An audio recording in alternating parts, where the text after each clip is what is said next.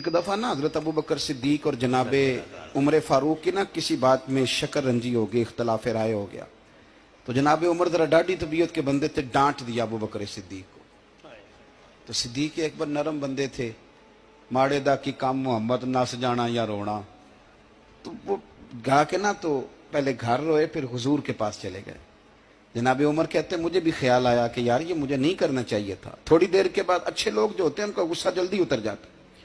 کہتے میں نے جا کے جناب صدیق اکبر کے دروازے پہ دستک دی تو پتہ چلا وہ تو گھر ہی نہیں۔ میں سمجھ گیا، میں ڈر گیا، میری ٹانگیں کانپنے لگی۔ کیوں ڈر رہے ہو عمر؟ فرمانے لگے اس لیے ڈر رہا ہوں کہ ابو بکر جب اپنے گھر نہیں ہوتے تو دروازہ رسول پہ ہوتا۔ ساری بات تو سنا دی ہوگی۔ فرماتے ہیں میں نبی پاک کی بارگاہ میں پہنچا، سامنے ابو بکر بیٹھے ہیں، پشت مبارک میرے کریم رسول کی کعبے کی جانب، چہرہ صدیق اکبر کی جانب، دونوں کی گردنیں جھکی ہوئی۔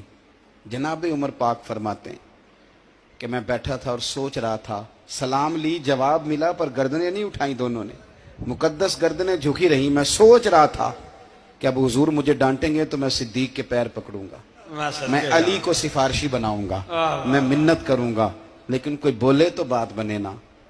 کہتے ہیں جب دیر ہو گئی، یہ سکوت بھی بڑا مشکل ہوتا ہے، اوہو، اگر کبھی وہ چپ کر جائے تو یہ بھی بڑا مسئلہ ہے، محبوب بھی چپ کر جائے۔ کہتے ہیں میں بڑا پریشان ہوا، جب میرا کلیجہ منہ کو آیا نا تو جناب عمر کہتے ہیں میں بولنے لگا تو آنسو میرے پہلے نکل گئے۔ اللہ اکبر۔ کہ میں نے رو کے کہا سونیا بھول گیا تھا، میں گیا تھا ابو بکر کے گھر معافی مانگنے، پر یہ یہاں آ گئے۔ یہ میرے دوستو اسے میری تقریر نہ سمجھنا، میرے رسول پاک کے یہ اصل لفظ آپ کو کتاب میں ملیں گے، آپ طبقات ابن سعد اٹھا کے دیکھیں۔ جناب عمر کہتے ہیں میں نے عرض کی حضور میں نے غلطی سمجھ لی تھی، میں گیا تھا ابو بکر کے گھر حضور، میں بھول گیا تھا۔ فرماتے ہیں نبی پاک نے جب گردن مبارک اٹھائی تو حضور کی داڑھی آنسوؤں سے بھری ہوئی، اور لفظ کیا تھے؟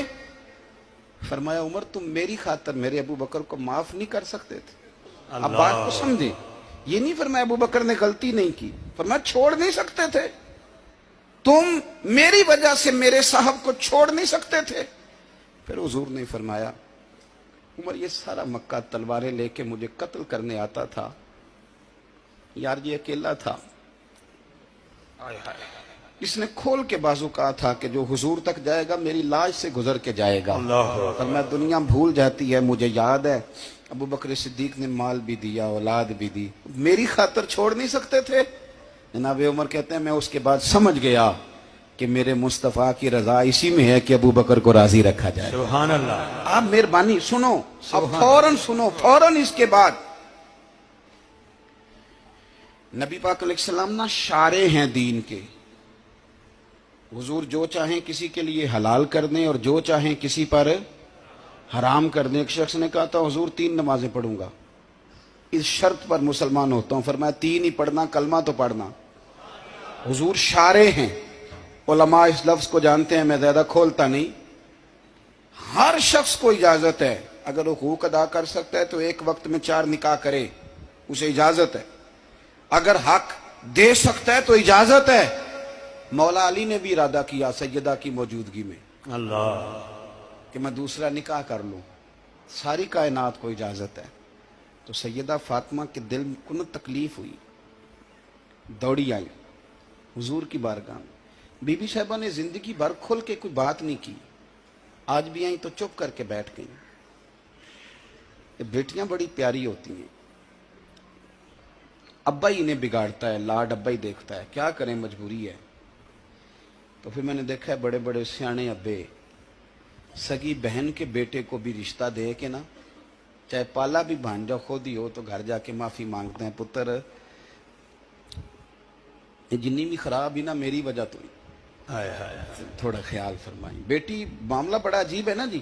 تو سرور کائنات کے پاس سیدہ آئیں تو تھوڑے آنسو آنکھوں میں آئے۔ فرمایا فاطمہ کیا ہوا؟ عرض کی حضور کچھ بھی نہیں، سب کو جائز ہے تو علی کو بھی تو جائز ہے نا، نکاح کرنا چاہ رہے ہیں۔ حضور نے خطبہ دے دیا، مسجد میں لوگ جمع کر لیے۔ آج کس لیے اجتماع ہے؟ جہاد کی تیاری ہے، کوئی نئی آیت آئی ہے؟ فرمایا آؤ سارے مسجد میں۔ خطبہ کتنا مختصر سا، مختصر توجہ ہے میرے بھائیوں کی؟ ادھر دیکھو، میری مختصر سا خطبہ، 2 حرفی بات،